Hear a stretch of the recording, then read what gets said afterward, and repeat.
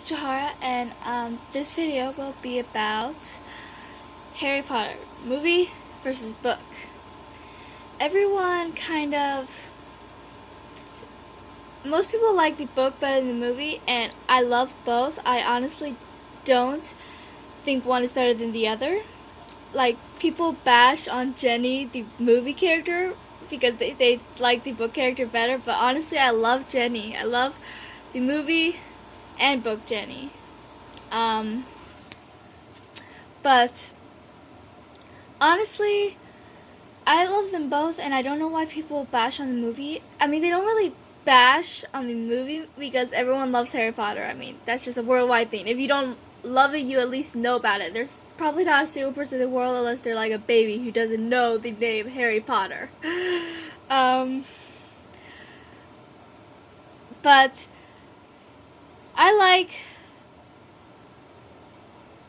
the thing about it is that the book has more description, but it gets more into detail, but that's about everything. The book always is able to get more detail than the movie, always. The book, but they did change some things from the book and movie. I only remember a few things because it's been a long time since I've read the books. I really want to reread the books, but I own most of them, actually. I need to get 2 of them, though. But then I'm definitely going to reread the books because it's been too long since I read those books. But they changed a few things. I mean, everything they changed was like minor. I don't care if they changed minor things from books and movies. It's when they changed major things, like Divergent in the book. At the end of the book. Okay, spoilers, just to let you know. There will be spoilers. I should have mentioned that earlier. Oh well. But in the book, at the end of Allegiance, Triss ended up dying, and it completely broke 4. But in the movie, Triss survived, and they were together at the end. They were happy because they had succeeded, and their plan was going good. But in the book, she died, which I hated. I love the Divergent books, don't get me wrong, but I did not like that they killed her off at the end, because it's Triss. She's not supposed to die. So I definitely like that part of the movie better than the book, because they killed her off. I'm sorry, I'm still not over that.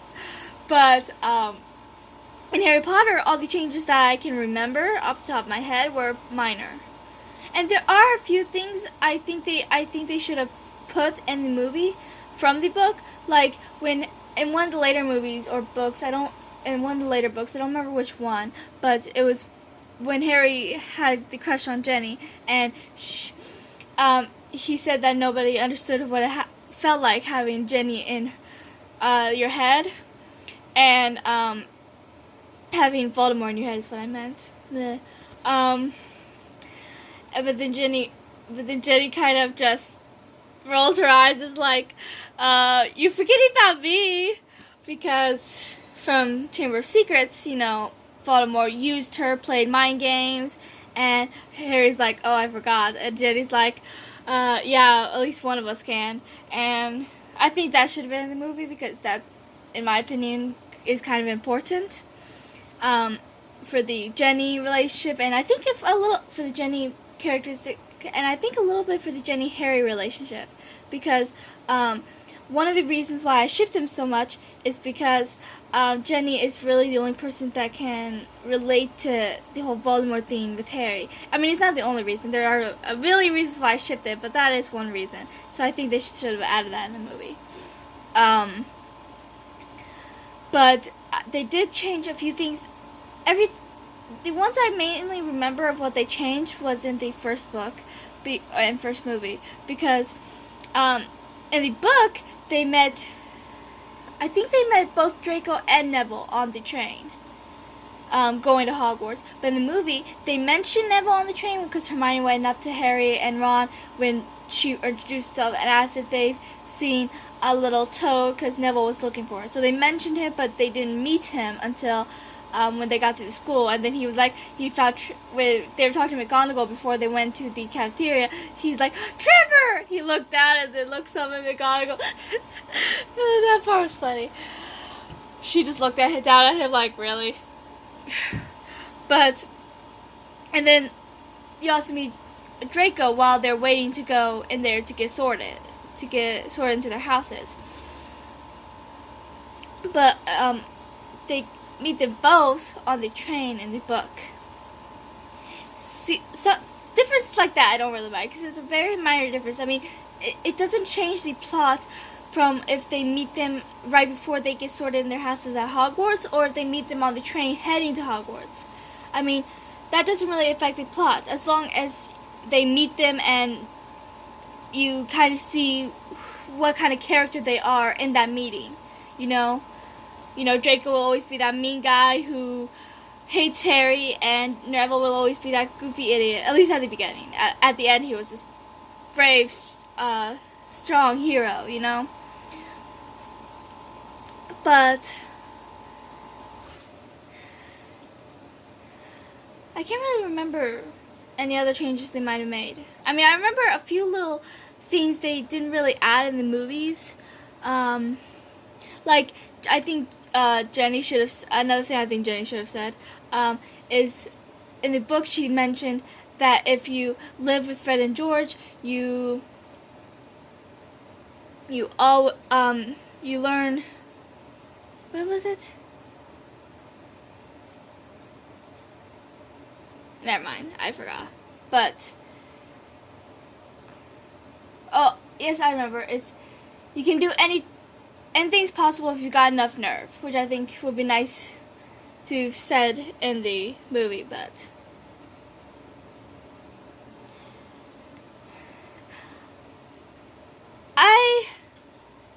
one thing that really annoys me is when people want Harry and Hermione together. I mean, I know I don't judge anyone for their opinions, okay? If you like a different character than me, I mean, I have friends who don't agree with me with all the characters I like or dislike, and I don't agree with them. I don't agree with the couples they like from certain shows or movies. Like my friend and I have this one discussion about Once Upon a Time. I absolutely hate Hook, and I hate Emma with Hook. I think Emma should have been with Neil, but which really bugs me, I'm pretty sure they only killed him off because the only reason why Emma would be with Hook and not Neil is if Neil was dead, because Neil was her true love. I'm sorry, but I feel like Neil's her true love. But, I don't, we always have discussions about Hook, but it never gets, into a fight or anything, because I respect her decision of, loving him and loving Emma and Hook together. And I love, and she respects my feelings about Hook, about hating Hook, and Emma and Hook being a terrible couple. But on Harry Potter, a lot of people like Harry and Hermione together, and I like them as friends. I can't see them as being anything more, I mean, it's been obvious that they liked each other. Ron and Hermione liked each other since not the very beginning, but close to it. Like at the end of Chamber of Secrets, when Hermione came back after everything that happened, and she was in the cafeteria, she ran up and hugged Harry, and then when she went to Ron, it was all awkward because they had feelings for each other even then. They just ended up doing a handshake because they liked each other from the beginning, And I think, and I ship Harry and Jenny together a lot because, not just because she understands him, even though that is a big part about why they would be good together, because she does understand him, I mean, she understands something that happens to him that no one else can understand, because Voldemort never really, I mean, he's killed a lot of people, but he never used anyone or manipulated anyone or went in their heads like he did Harry and Jenny. They're the only ones that can understand what that feels like, and I think Harry needs someone who can understand that, he can talk to about it, who will honestly understand the feeling and the vulnerability that Jenny can understand, I mean, he went after Jenny when she was just 11 years old. He could have went after anyone, but he chose Jenny. So I think that's a good reason why they could be good together. But I just think they have a lot of chemistry, and they're really good together. And I know that's not, well, I don't think it's really an unpopular opinion, but it's not really a really popular opinion either. I honestly don't know. I should look that up to see if a lot of people ship it or not. I don't know. But I think that Luna and Neville should have ended up together. I don't remember who Neville married, but Luna ended up marrying, what was his name? Ralph Scamander, Newt Scamander's grandson from Fantastic Beasts. But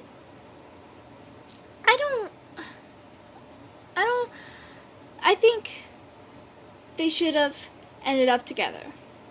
I mean, at the last book, Neville asked Harry and Jenny where Luna was, and he was like, I need to tell her that I'm mad for her since we'll probably both be dead by dawn. But, and then after the fight, when Harry was in the hall looking at everyone, you see Neville sit next to Luna, and they just smile at each other, and it kind of makes you think they get together. And I like to think that they were together for a little bit before apparently they broke up, but I still think they should have ended up together. People think they shouldn't be together because they're too opposite. You know, Luna's all in her head in the clouds, and Neville's all realistic. But I think that's why they are perfect together, because people who are big dreamers like Luna, they need someone who's grounded like Neville to bring them down so their head isn't soaring in the clouds too much. And then people who's always grounded like Neville need dreamers like Luna to soar off the ground a little bit, and so they can dream a little, and so I just think they would be good together. But apparently J.K. Rowling didn't. But I like that they showed Draco and Harry smile at each other at the 19 years later. It kind of showed that they moved past their rough patch. I like to think that after the Hogwarts battle, Neville finally became who he wanted to be, because when his parents called him over to the dark side, when they all thought Harry was dead, you could tell immediately on Draco's face that he didn't want that. He didn't want to be a part of it. He might not be the nicest person, but he didn't want to be flat out evil, and he wasn't. Like Snape, a lot of people say they were both evil, but Snape was a double agent.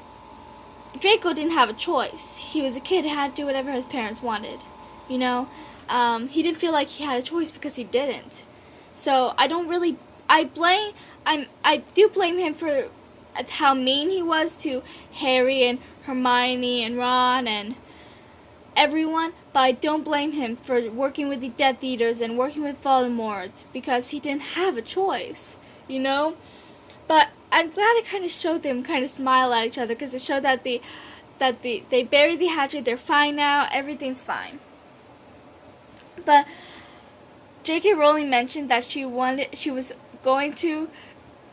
thought about putting Dudley in the at the 19 years later, having Dudley having a magical kid, marrying a witch or something, and ended up burying a witch or a wizard.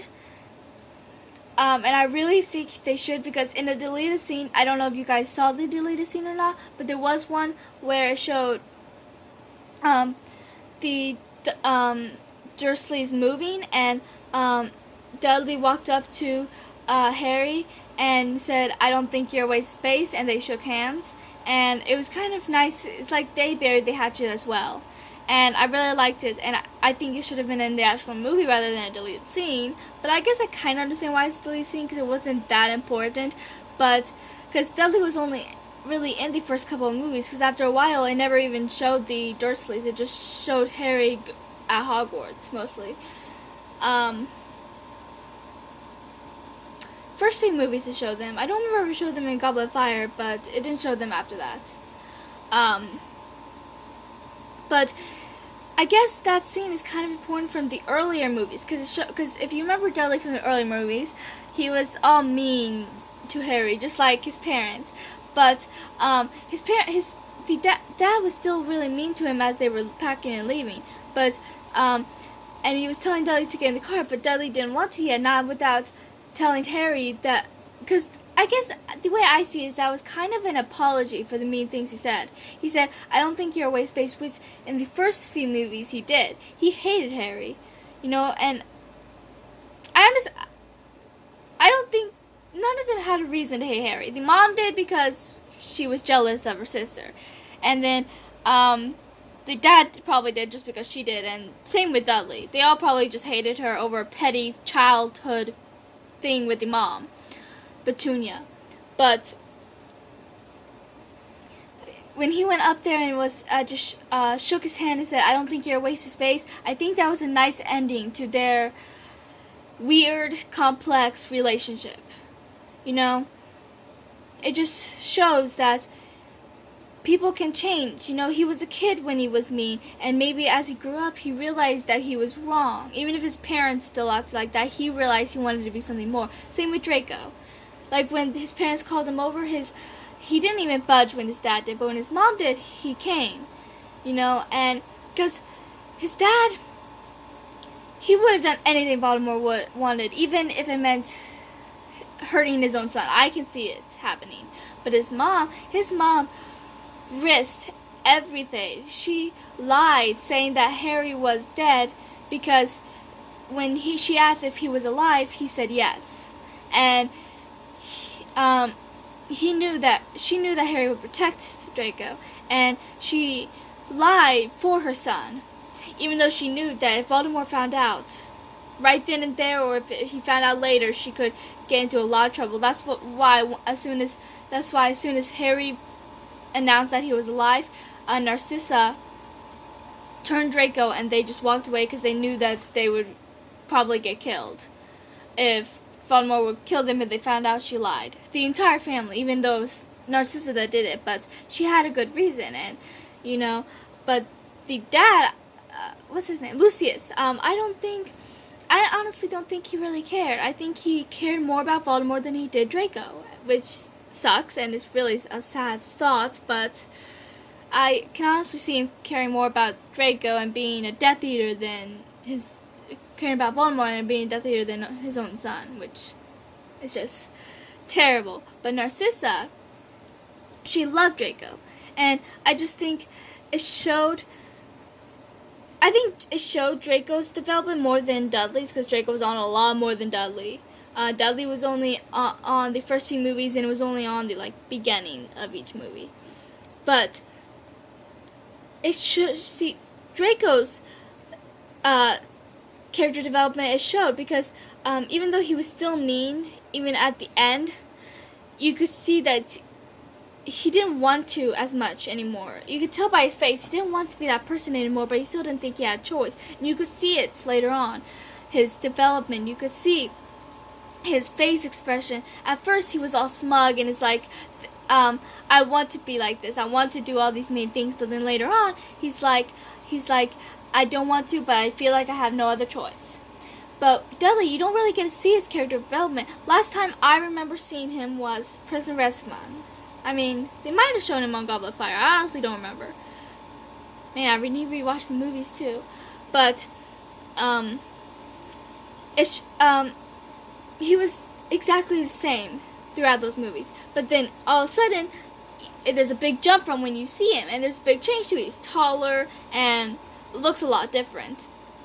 Because he never really showed him go through his, But when it showed him go up to Harry, you don't really get to see his character development as much. But I still like that they had that little scene, whether it's deleted scene or not, because it showed that Dudley has changed. It showed that even though we might not be able to see his him slowly changing, he had over the years. He changed, and then he doesn't think of Harry as the same way his parents do, as the same way he used to. So I think that's a big step. You know, so, well, that's all the Harry Potter talk for now, but Harry Potter's my absolutely favorite movie, like, by a long shot. Well, maybe not by a long shot. Fast and Furious is probably a close second. But I'll definitely be coming back for more Harry Potter and other movies, shows, books. And I will be talking about books too. I know a lot of you might not be readers, kids these days, but I love reading, so I will talk about books, and I hope some of my bookworms out there will watch those videos.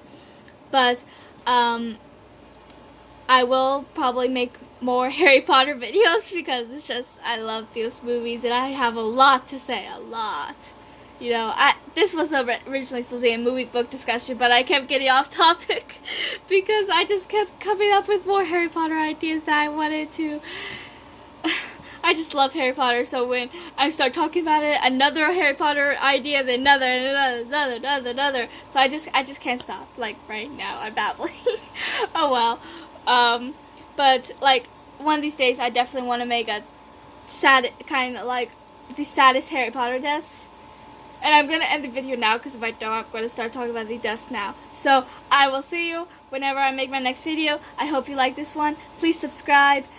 And comment below things that you loved about Harry Potter, or things that annoyed you from the book Harry differences, book movie differences, or just anything Harry Potter related pretty much. Except for the deaths, because I'll have a whole other video for that. And hopefully that I can keep that video to just the deaths, because with my luck I'll just end up,